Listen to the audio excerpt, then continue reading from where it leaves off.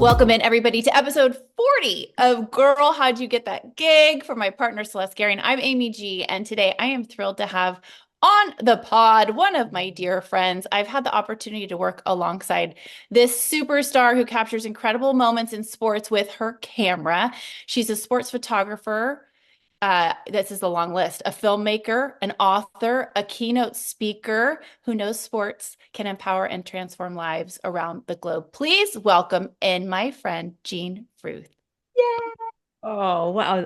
What a nice introduction. Thank you. Happy Oh. 40th podcast. Yeah.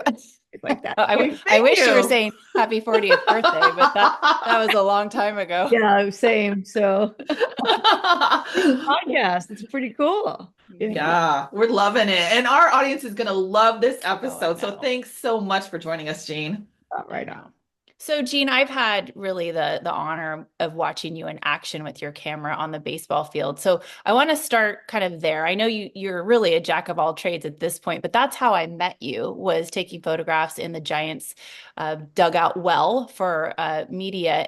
When you are shooting sports, what does a typical day look like for you? And how do you break down what exactly you do if somebody asks you? Wow, that's great.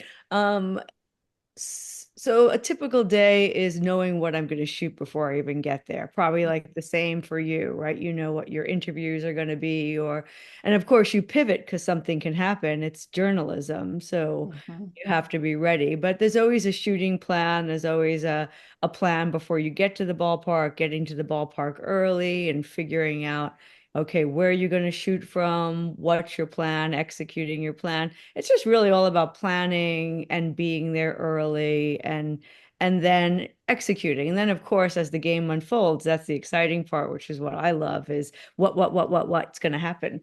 So Yep. then you pivot, but I feel like if you're organized and you have a plan, pivoting is much easier to, Hmm. and you get your shots more consistently that way. So and it's I teach photography, sports photography too, and it's like so boring because you think it's like this artistic, like I don't know, you fall asleep and you get these subliminal messages of your next incredible artistic idea. But honestly, it's really just coffee in the morning, sitting at the kitchen table, making your plan, having your shot list, and researching the player or whoever it is that you're featuring or whatever assignment that you have.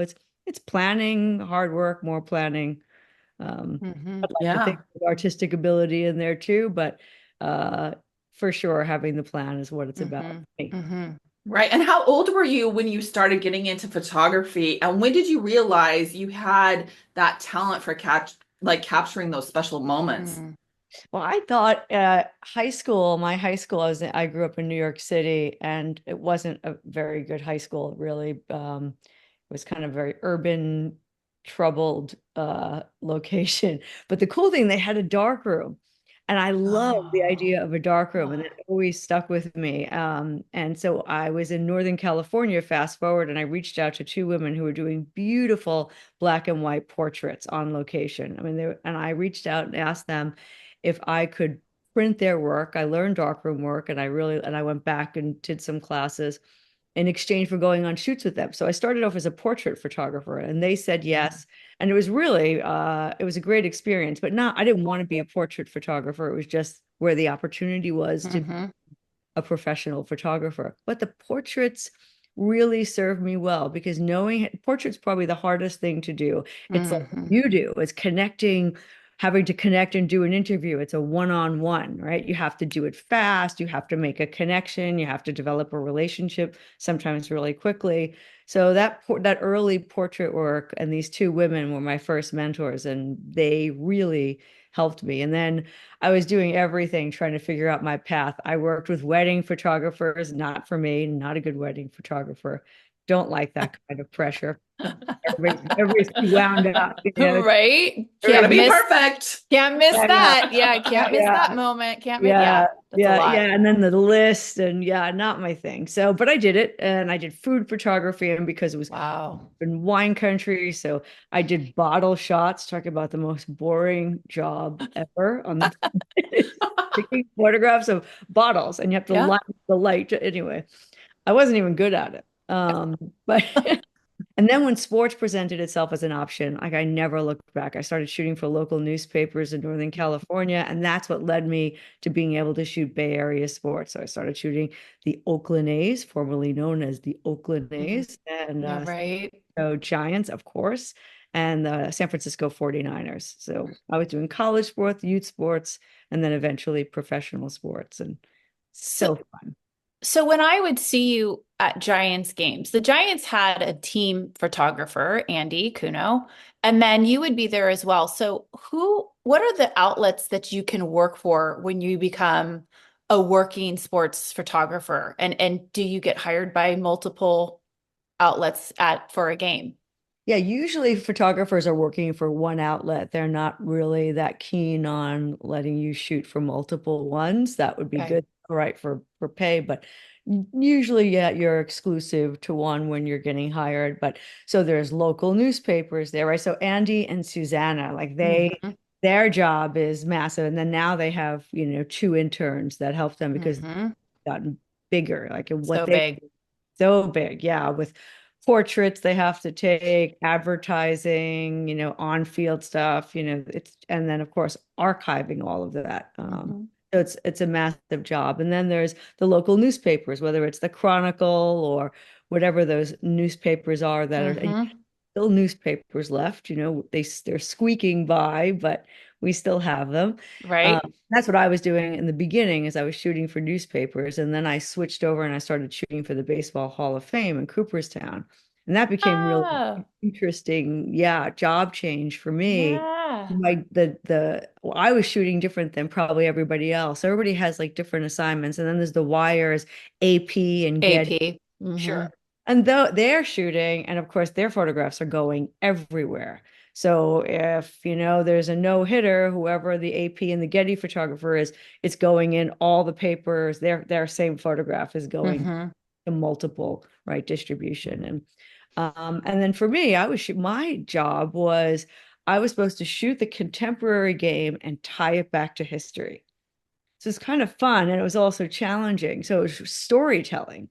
Hmm. I didn't need to get every home run, but I needed to shoot the stadium shots. I needed to tell story.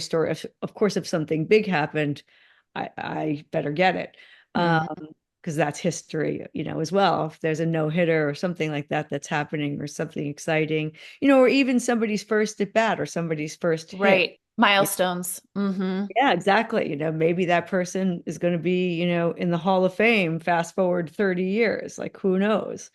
So it's, documenting and tying it back and telling stories. And that's where I learned to become a storyteller. And it was Hmm. really eye-opening for me and challenging years, like learning how to do that, trying to create an image, one picture that doesn't need a caption. You look at it and you go, okay, Mm. that's I a know story. what that is. Yeah. Hmm. Oh, that's so Wow. interesting. That Yeah. is so fascinating. So, do you have a favorite sport to cover with your camera? Certainly baseball. I was shooting a lot of football, and now, I mean, I'm still shooting year-round baseball. The Hall of Fame gave me a year-round baseball schedule. So the World Series ends, so we start with a wild card, after regular season. Then it ends with a parade, but then the Caribbean, starts their season. And I love that baseball. I love the Dominican Republic Winter League, Hmm. Mexico, all of these different countries that are now in their season. And then they do the Caribbean series. So it's their kind of World Series and it rotates countries each year. So then I would shoot that and then back to spring training, and then the only thing that would change is every 4 years is the World Classic, the World Baseball Hmm. Classic, which also Wow. really cool. So what's your travel like? Oh, it was absolutely insane. But I loved, especially in the beginning with the Hall of Fame, I was probably traveling about 70% of the time. Oh. I just was so excited to do it. Hmm. And Hmm. just all these new places. And baseball is played the same everywhere, right? But it looks different in different places, right? So that's what the geography, the topography, I mean, shooting baseball in Japan and the culture, telling those stories. So fascinating. That is That, so cool. Is there more than one photographer for the Hall of Fame, or is it just you? No, there was just me traveling, and then there was Wow. photographers that were located there. And so then Oh, I okay. moved on from the Hall of Fame. I started working for La Vida Baseball because I really loved the Latin story. Hmm. And so, and I was the only non-Latino, working for them. It's like, so luckily my camera told the stories because my Spanish was awful. But they liked me for the picture, so I always tried to do a good job for them. And they had video that they were doing, so we were entering that world, and then my stills had to go in their video story, and that was good learning too, because that was also when things were changing to like online and people getting their content in Mm.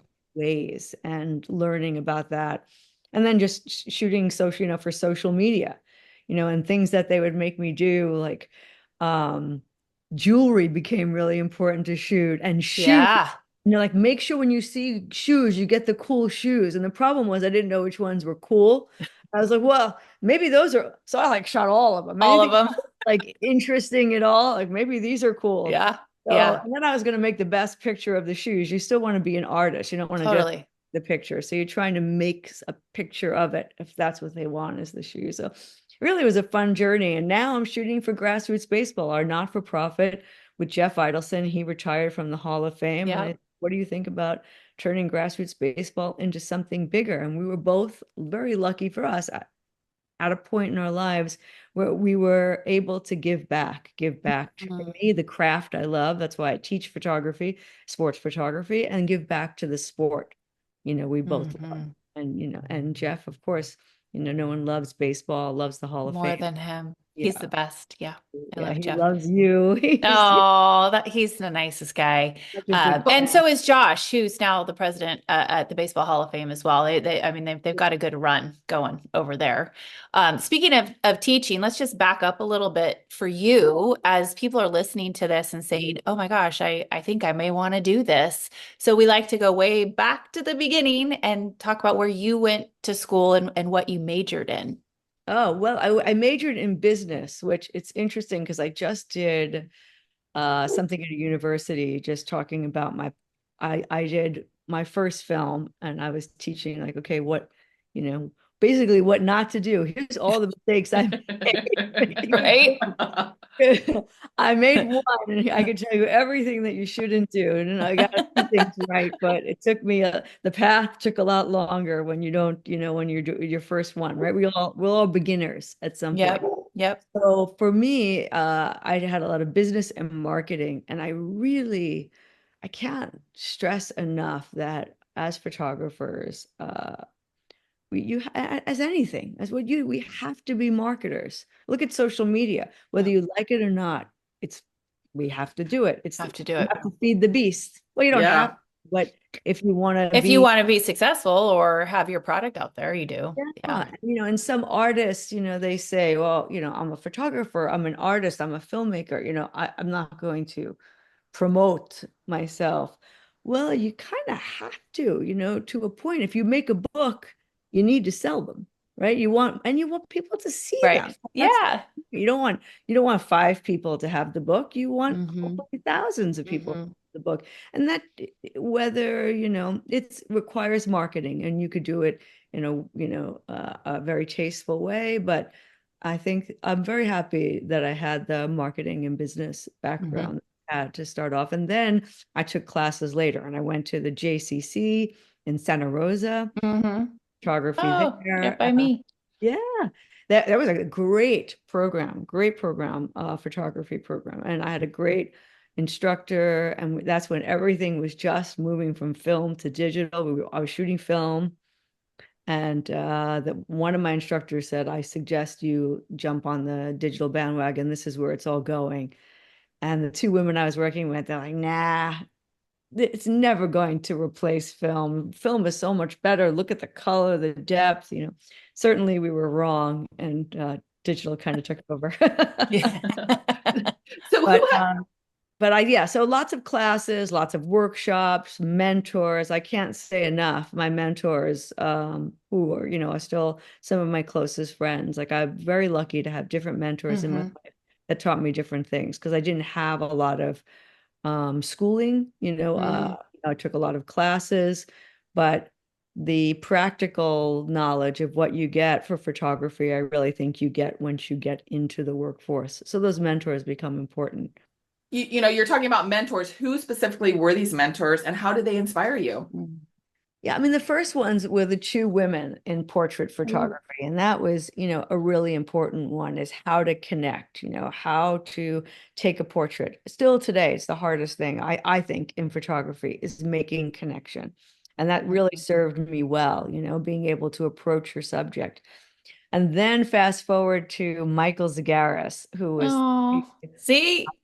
yeah, the Z man from, so he still is the photographer for the A's, the Oakland A's. I don't know how much he'll go up to Sacramento now. Things have changed, but he did work for them for spring training. So Yeah. they now do have a new photographer. So he'll be, having a lesser role for sure there, but he's still also the photographer for the San Francisco 49ers.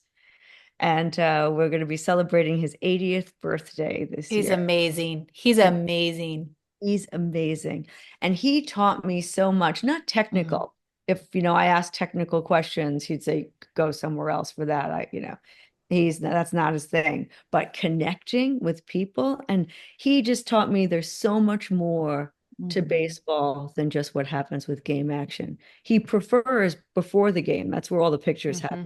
And right in front of the dugout, the A's had this unusual dugout because it's the only dugout in Major League Baseball that doesn't have a railing in front of it.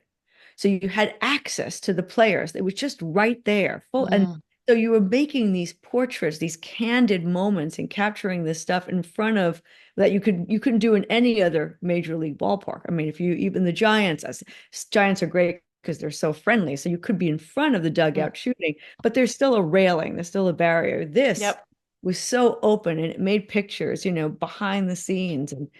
And that's what he did in the San Francisco 49ers on the bench and his connection. And he would tell stories and he knew every player. And not only did he know the players, but he photographed their fathers. He knew their grandfathers and his memory. He knew where they went to school, where they played in college. I mean, he was such a crazy wealth of knowledge. And I thought, that's how you shot every baseball game was the way Z did it, sitting on the steps of the dugout, shooting these players, interacting with them, talking with them. Then you go to Yankee Stadium and you can get taken out in handcuffs if you try to do that. Don't touch them. Don't talk to them. Are you out of your mind? You can't do that anywhere else. I mean, we'd climb up on the batting cage and put our lens like in the netting, only in Oakland. Right. Yeah. I mean, I was thinking Bay Area because he's so Bay Area centric and he kind of embodies the friendliness of the Bay Area and like the flexibility. And I think, do I have this right? Does he also have a background in photographing rock bands? Oh, yeah. Yeah. I mean, because when you got a game with Z in the well and I would sit in there for the whole game and just chat with the photographers. The stories I would hear about where he'd been and who he'd been around in his life was just, I don't know, he just kind of was full of life and vigor. And that comes across in his photographs. And anybody listening, Michael Zagaris, to me, this is my personal opinion, one of the most iconic photos in sports is his photograph of Joe Montana and Bill Walsh sitting on the ground on their knee, like kneeling down, plotting out, what the play is going to be. And before viral existed, that was a viral photo and it embodied everything, like his access and where he could get to and how much people trusted him. And he's a cool mentor. Such a cool mentor. And I have that photograph framed in my house. It's one of my favorites. You're so right on. I love everybody. It's a great photograph. Yeah. And ended up the cover of his book. And but yeah, the rock and roll. I mean, he toured with the Who, the Rolling Stones. Stones, and stories, and I know. He fly on the wall. That's not his style. He's in with the band. He gets in, sure. Yeah. Partying with the band. He's, and so that's how he was with the A's. That's how he was with the San Francisco 49ers. Showering with the team and he's wearing Frank Gore's cleats. I didn't know he showered. That I did not know, but it doesn't surprise me. He's like, cool, I need a shower. You guys good with this? Yeah, I'd like grab his 400, his long lens at the end of the game, and off he'd go into, the clubhouse, and I'd catch him on the other side. So And funny. it's incredible. You didn't want to jump in the showers with them, Jean, Yeah, and really no, like I get wait that photograph outside. that no one else can get? Yeah. Yeah, yeah, yeah. I'm good. I'm good. I'm good. So as I've mentioned, I've seen you do your thing and it's so impressive. And one thing I've always wondered when I watch photographers, still photographers at a game is, and you mentioned this a little bit with the work that you've done in Latin countries with like, which baseball is very fashion centric in the Latin world with the jewelry and the shoes and the bright colors. How many photos do you think you average in a game? And then what is the sifting process like afterwards? Yeah, it's the editing, being a good editor, really, and that's another mentor, and I feel like when you have mentors, and it's probably the same for you, through your career, I don't think one mentor gives you everything. What Z gave me was so special, but Mhm. it's not everything. You need different mentors for different parts of your career. And I had a very strong mentor for editing, and he was the picture editor for Sports Illustrated for many years. Hmm.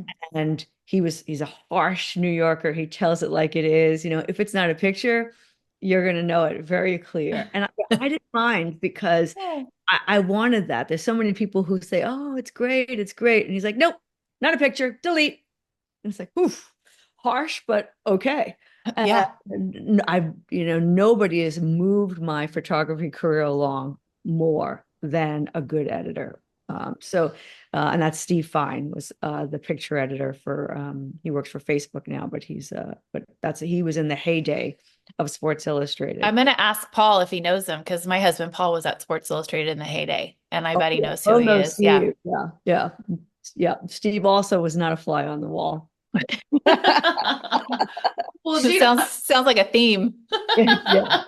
But when you learn from those kind of people, like I mean, and so yeah, I mean, to this day, I mean, he's helped me even edit my books, and so having those kind of mentors. But back to your question, during a World Series, I might take 3,000 pictures. I shot the last World Series, Yankees and Dodgers, so 3,000 pictures is, and it sounds so crazy, but there's a motor drive, right? The cameras are getting better and better. My Sony cameras, the ones I'm shooting with, are 30 frames per second. Now there's some that shoot 100 frames, a Sony that shoots 100 frames per second, 125 frames per second. Wow. So yeah, if you miss, then you must have been sleeping, right? With the Because technology now, right. right? it makes you Yeah. look like Yeah. a genius, and your goal is to capture the athlete at peak action. Hmm. So let's say you take a burst of 30 photos, but really there's just one. Hmm. Right? There's the peak moment. So Hmm. one, you have to know what the peak moment is, To identify it. Hmm. right? So the more you know the sport, the more you shoot the sport, the more you know the athlete, the more consistently you're going to get the shots and know what that peak moment is. Like I photographed ballet recently in Cuba. Well, it took me forever to know exactly what the peak moment was. I had all these pictures, but should her hand go up this way or is it supposed to be Mm. that way? Is the toe supposed to be straight? So I studied and looked online and had to do a lot of research. Baseball, I know You exactly know it what I'm looking for, right? So the edit process is very quick for me. So 3,000 pictures goes down to 200, like that. yeah, 20 minutes. It's Interesting. very That is fast process. fascinating to me. Yeah. And And all these so pictures you take tell a really, story. yeah. And what Yeah. is one, if you can even narrow it down to one, right? What is one of your favorite photos that you've taken of all time, and what's the story behind it?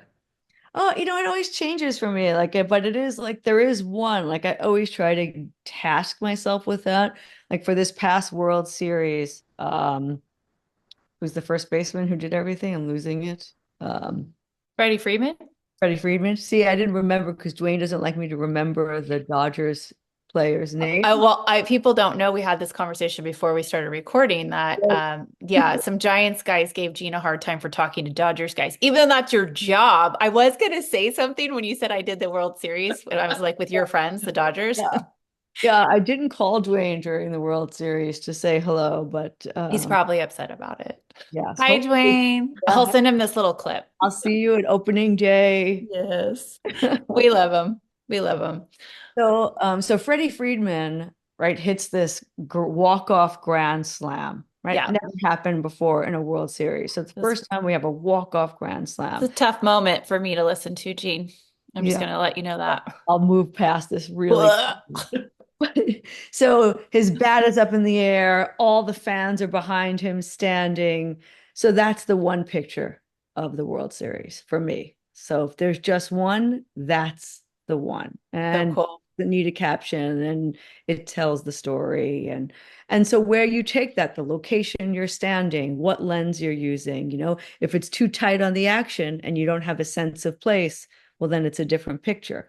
So for that, you want this sense of place. You want to see if it's at, let's switch over to the Giants. Like if they, hit a grand slam at the Giants, I want, and at the Giants stadium, I want to see the fans in the background because they're part of the story.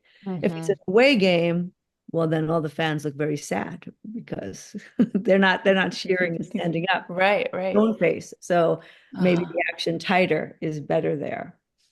So anyway, getting down to uh, 200 pictures, and then you're captioning them later on. So I kind of give them 1 stars and 2 stars, and the immediate need that I need for that moment, for that night, wherever I'm sending to, or whatever my assignment is, I get that down to maybe 30 or 20 or even, 15. And those are the ones I'm working on that night, or sometimes mhm, during like a big game or a playoff game, you're sending as you go. Like mhm, AP and Getty, they're connected, they're sending. Andy and Susanna, they're sending for social mhm, media purposes. And same thing with me. And so we all have different technology. You could do it with your phone, you could do it with some sort of a tether that you're mhm, now it's just your camera. The cameras are better and better, or you're able to send, and everything has to be immediate now. Nobody wants to wait, getting it out first. As soon as something big happens, you can look on AP, and the more experienced photographers already have that mhm. moment up and on the AP site. It's pretty cool. I feel like the question I'm about to ask, we need like an abridged version. So I guess the Cliff Notes, because this is ridiculous, but it's on my mind. Like thinking about young people wanting to get into this industry of, still sports photography. And I keep hearing you talking about what type of camera you're using and how the technology's changed over years. Like expense wise, you know, there's so much this question, like where would somebody just starting out, what kind of camera should they absolutely have? And then also like how to stay up with the technology and learning different lenses and zooms and angles and all of that kind of stuff. Like, is it just on the job that you're learning? Did you have mentors for that side? Because you said Z wasn't really technical for you. But like for a young person listening right now who's like, I don't have thousands of dollars to have all of this equipment, where do they start? Right.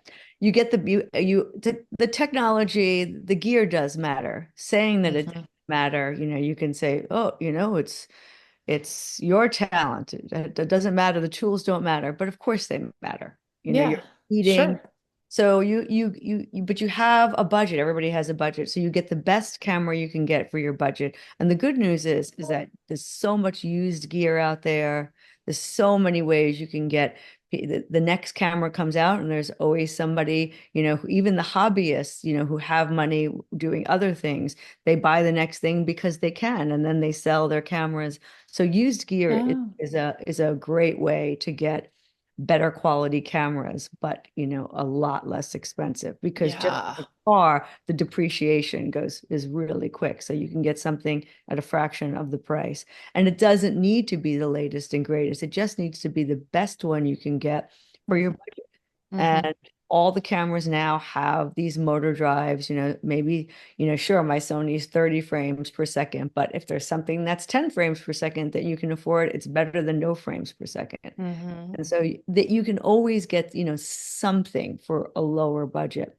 And then learning your cameras, that's on you. I always say it's like no matter what, it used to be read the manual. Like I can't, Yeah, like there's right. always some students in the class who say, can you, and they'll hand me their camera. And yes, I can do this for you, but You need to do for it. later. And who likes to read the manual? No, we never like to read the manual. But No. now the manuals are online. Now YouTube has instruction, and kids know how to find everything on YouTube, It's so true that my Mhm. kids are 20 right? and 17. So I just ask them to tell Yeah. me how to do it. And then look it up on YouTube.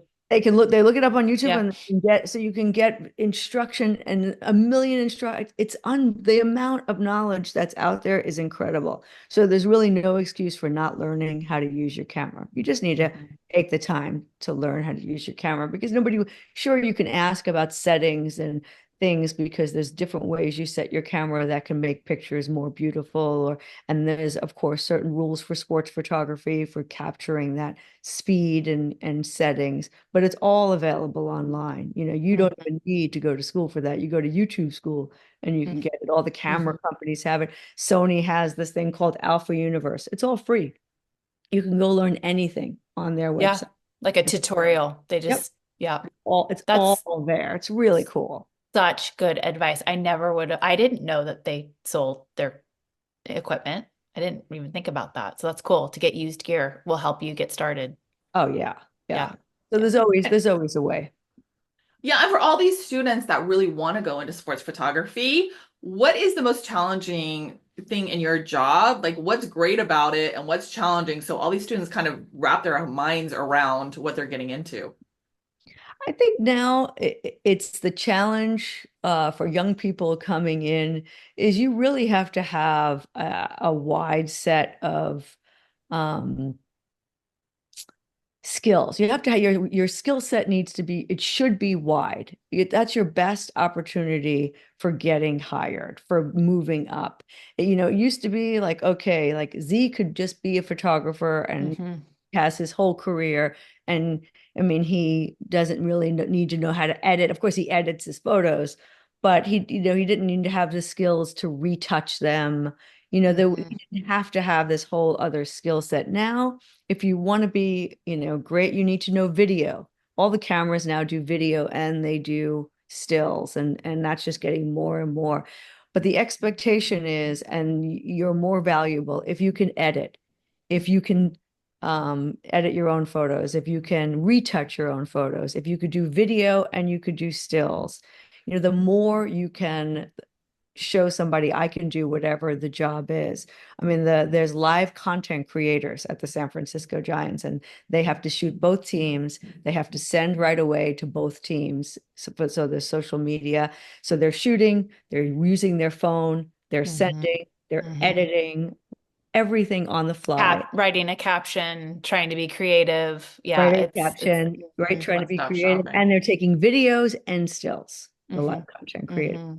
And Hmm. it's cool. And I worked with, for my film, I worked with a DP and he was incredible. He knew how to do everything. And I thought, that's what I'm going to tell my students to be like him because he could handle the media, he can handle the editing, everything that he did. And so that skill set being wider, I think that's the best advice I could give.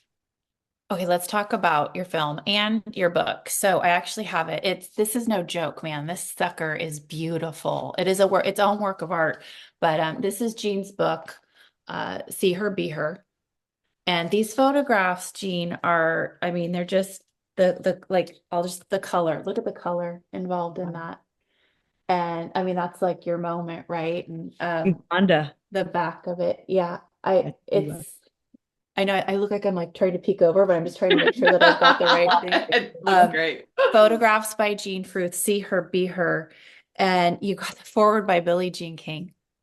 Okay, like one of my favorite people on the planet. I interviewed her. She came to a Giants game. Now she's super Dodgers. Like that kind of bugs me a little bit, Right. Billy. I'm just gonna throw Yeah. that out there. Yeah. But she came to a Giants game because her brother was being honored. He had been a pitcher with the Giants at some Randy point. And Moffett. yeah, Yeah. and I got to interview her, and there's some pictures of me doing it, and I'm just so fangirling out, which I rarely did. And I toss it back up to Dwayne and Mike, and Dwayne just takes a beat. He's like, "So, you think Amy's a fan?"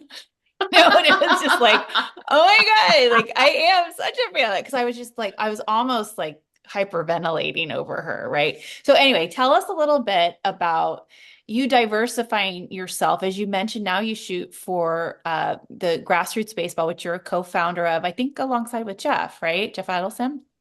Yeah. So tell us about this project that you're in now, about the book and about your documentary, See Her, Be Her. It's yeah, See Her Be Her started off with we I shot my first all girls baseball game at the end of a project we were doing with Grassroots Baseball. And I had never shot and it's girls baseball, not Yeah. softball. Yeah. I never shot an all girls baseball game before.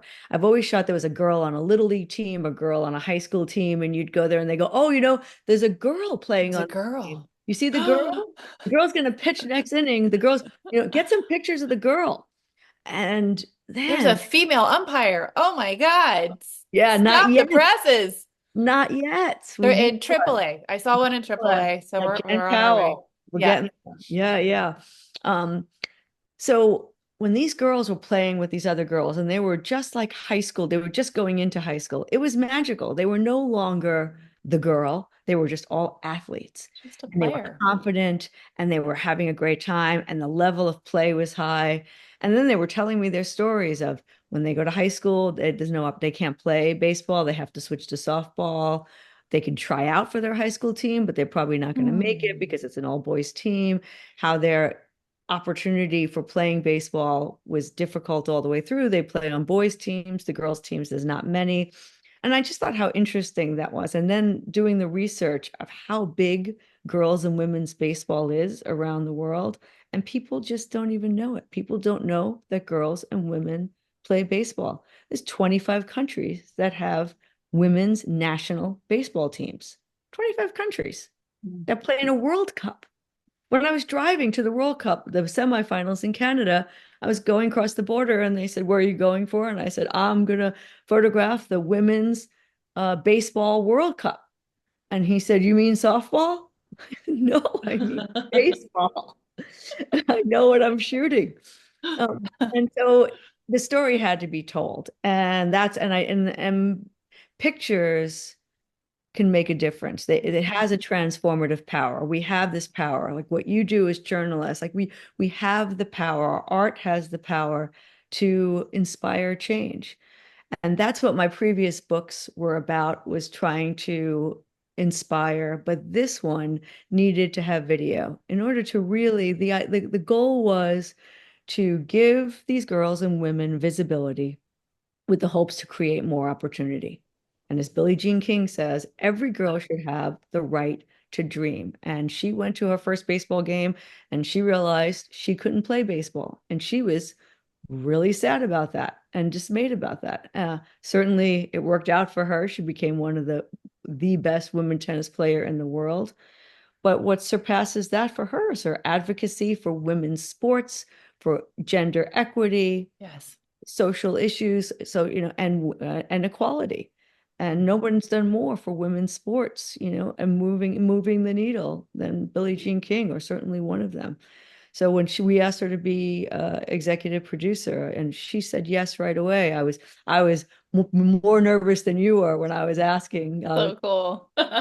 But she right away, she had a lot of questions and she said, "Yeah, let's do this. This is important." And that's how I feel. This is important. It is Mhm. because it's not just about baseball. It's about what the two of you do, right? When you met, and whenever it was 2001, you said Mhm. Mhm. 2001, how many women were in sports then? When you look to the left and right, how many women did you see that look like you? Not many. That's why I gravitated to Celeste because there was maybe there was four in the room of 25. I think that's Maybe. right. I mean, I'm thinking of Tracy, you, me, and maybe there's Susie Susie Schuster. Schuster. Uh-huh. Yeah. But no, it was, and a lot of times the role that women had, if they were on camera, I remember vividly Lisa Guerrero, who's gone on to become a successful journalist, but her role was very without, I don't want this to be offensive, but it was kind of fluffy. She did like little reports on the show, and you had to look a certain way. The other gal who came in, Lisa Durgan, had been like a Playboy playmate. Like that was who was starting to get airtime. And we were behind the scenes, kind of trying to be taken very seriously about our craft. And not to take anything away from anybody's path, it was just hard to figure out how you were going to add numbers and have equity with the positions that we were looking at when that's what they were kind of looking at females to do. So it's changed a lot, which is actually, Celeste, you want to go into the male dominated question? Because that's a Yeah. perfect segue. Yeah, I was just going to ask that. Amy and I had that experience, but what was your experience like when you first entered this industry, and what's it like now? Is it still really male dominated, or are you seeing more and more women getting into the fold? Yeah, certainly more women into the fold, right? There is progress. And I always say, look, we're not looking for perfection, we're looking for progress. We need to keep seeing the progress. And certainly the progress is there. In the beginning, yeah, in the Bay Area, I was the only woman, so many times in photo wells. In the East Coast, there was one or two, you'd hear about one, you followed one, but there was, just no one. And then, going out to other countries, no one. But Mm-hmm. still, we are not there yet in Mm-hmm. sports, on the field, off the field, executives, the media, we are not there. And there's still too many times that girls are being told, no, no, you can't, no, you shouldn't, no, you won't.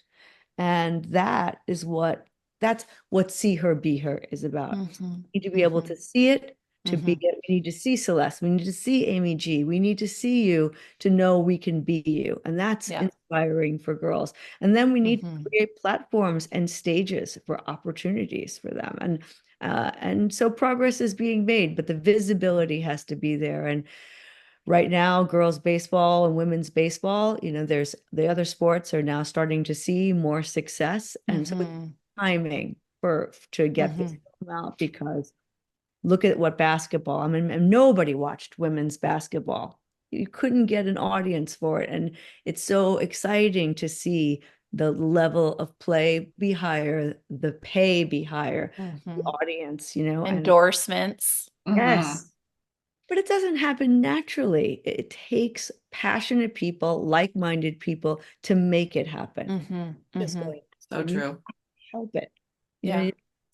It's I not a always I always say really the most rewarding part about the time that I was in the broadcast with the Giants was when a little girl or little boy came up to me and said, I want to do what you do, because I didn't have that experience as a little kid. I saw people on television more in the news side of things where you saw women, where you had anchors and you had a male and female anchor for the evening news, but no one in sports. And that was kind of my moment of, I'm at least attempting to do my part of changing the narrative and broadening what women and men, it was also really rewarding when a little boy came up to me and said that, because he didn't care that I was a female, which is its own progress, right? Like kind of when we stop talking about then we've really made it because it's not an issue anymore.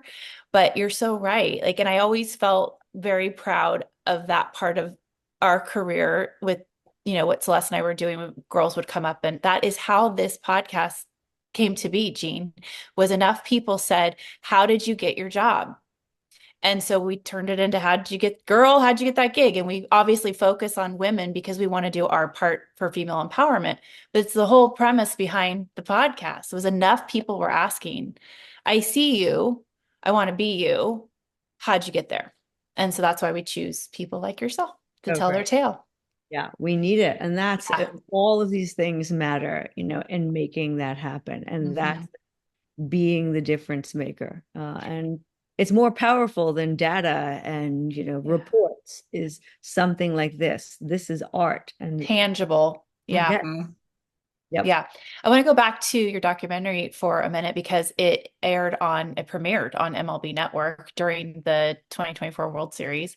I mean, that is like the best get ever. So just what was that like to see your passion project be recognized by Major League Baseball? And then where can people see it? Yeah, so and having the supporters, like we said, it's important to have Billie Jean King supporting it, Cal Sony. Ripken Jr., Yeah, Cal Ripken Jr. was big. I mean, and he tells a story of his sister his Ellie, who sister. desperately wanted to play. Your history, who desperately wanted to play baseball, but she had to play Couldn't. softball. Hmm. There was no Hmm. outlet for her.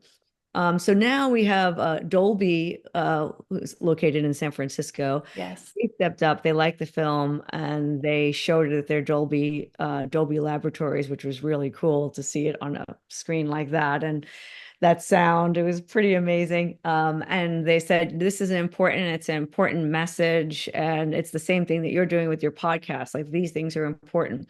So they created this See Her Be Her tour across the country. So right now we're showing the film in all these different cities during the baseball season. Uh-oh. And then the proceeds Oh, from she's ticket sales and the book, we'll do a book signing, and we have a panel of women after each of these screenings. So women in baseball, mm. women in the film, which is really cool. And there's a lot of good questions, and young women are showing. I mean, everybody's showing up. We've had really like nice showings. One during spring training in Arizona, one here in San Francisco. Our next one's Seattle. Then we go to DC, New York, and so it's pretty cool.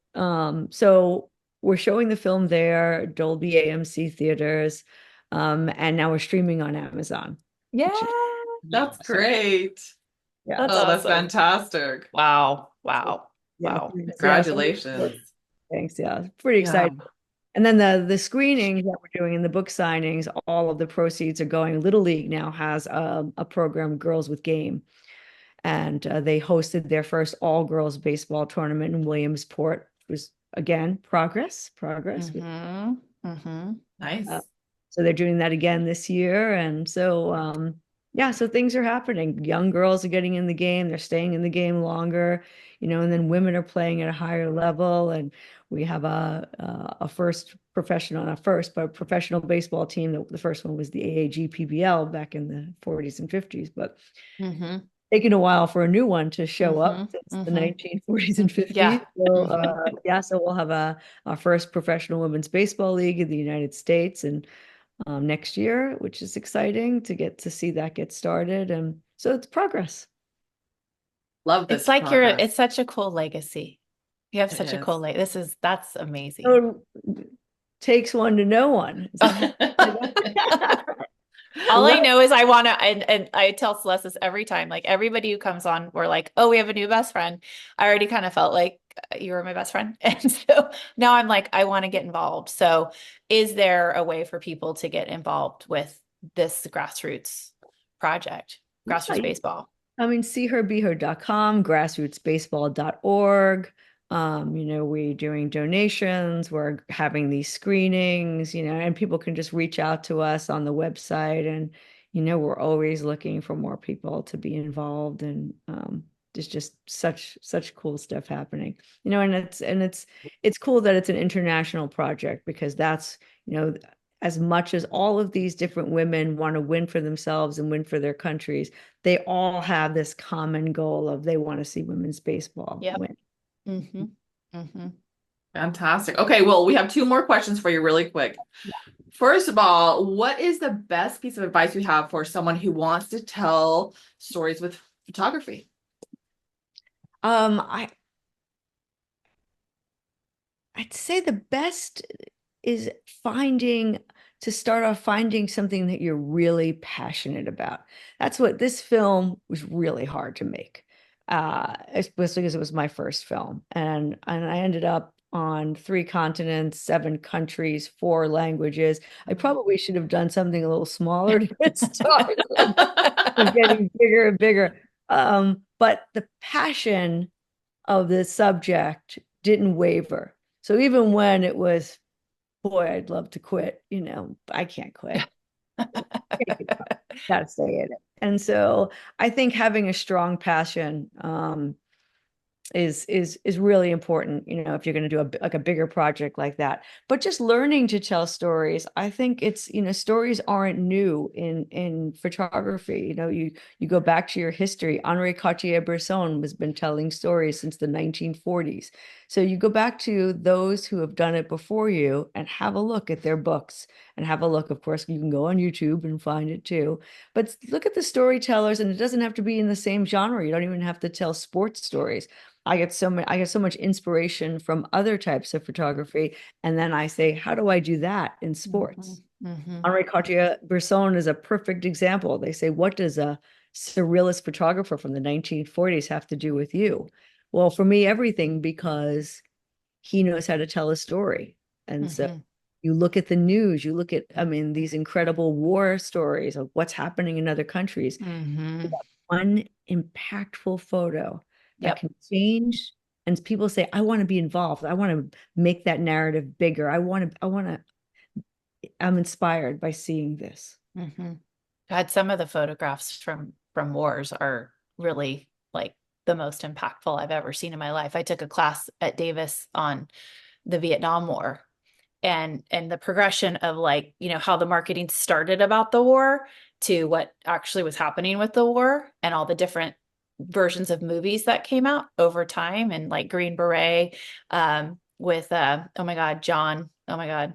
I'm totally forgetting his name. I'm totally forgetting big country guy. Oh my God, I'm totally blanking. But like that story was very like Americanized and like marketed towards we're doing the right thing, to Platoon or Hamburger Hill, which my father-in-law was in Vietnam and was like, this is almost spot on, where you're just like, and then you take the photographs from those times. And yeah, so it's crazy the impact a photograph can have. Okay, last one for you, a little bit out of photography, just life in general. What's the best piece of advice you live by or you give that helps you on the daily? Oh, I think, we try to, inspire change, and we're trying to make a difference. And I find, like, I guess the older me, or the early me, was probably not probably was more brash in trying to get done what I wanted to get done. It was a more aggressive style. And now I feel like the way to get people to come along and see your way and is to do it in a way that's inviting to everybody and not ruffling feathers. Like, I think that's, I guess, my best advice, is doing it in a way. It's a great quote by Ruth Bader Ginsburg that she, just says, like, just do it in a way where others want to follow. So Yeah. I'm trying to live by that a lot more. A little more you get more bees with honey sometimes, I get it. And I think that's I think that's partly being from New York, like kind of, your background culturally, but then also what comes with age, that you learn, I'm going to try this a different way. Yeah. You are so amazing. The book is See Her, Be Her. I'll put it up one more time. Oh, okay. Please New go get it. friend. Where are we hanging out? I know. I don't know. I want to like go on one of your adventures. So I'll reach out to you. Celeste and I are we're into this kind of stuff, and I love Jeff too. So I can't imagine working with two better people except this one right here. She's a good one too. You got a good one there. I do. I do. I want to mail you a book if you can send me an. I'll email you. Great. Thank you. Yeah, it's a treasure. I love that I have one. Thank you. Very kind. Thank you. So good to see you. Yes. Thank you for being on. Oh my gosh, Jean Fruth is like just one of my favorite people. And I would always get very excited at a Giants game when she was there. I knew it was going to be a good day. So I'm so glad that she was able to make the time to join us, and she's doing amazing things. And I'm sure who we have next up, Celeste, is doing amazing things. Sandy Nunez, she's the VP of Talent Management for on-air talent at the National Football League. So we're going to go from a lot of baseball to football, and she's got a fascinating role, and it's just going to be really fun to dive in to get to meet her. And you've known her for a long time. Yeah, I interviewed with her like 20 years ago. So we had fun catching up yesterday just I to bet. talk, right? I So bet. I cannot wait. Just want to remind everybody we have giveaways, ding, ding, ding, or a chance to win some great prizes. Follow us on Instagram at Girl Gig Podcast and subscribe to Girl, How'd You Get That Gig on YouTube. It's totally free. That's right. And we are going to announce our next winner soon. We always announce on Instagram. Once again, that handle is at Girl Gig Podcast. So make sure you're following and sure you're subscribing to our YouTube channel, Girl, How'd You Get That Gig? Yep. So that's a wrap for us. For Amy G, I'm Celeste Gehring. Until next time, go get that gig.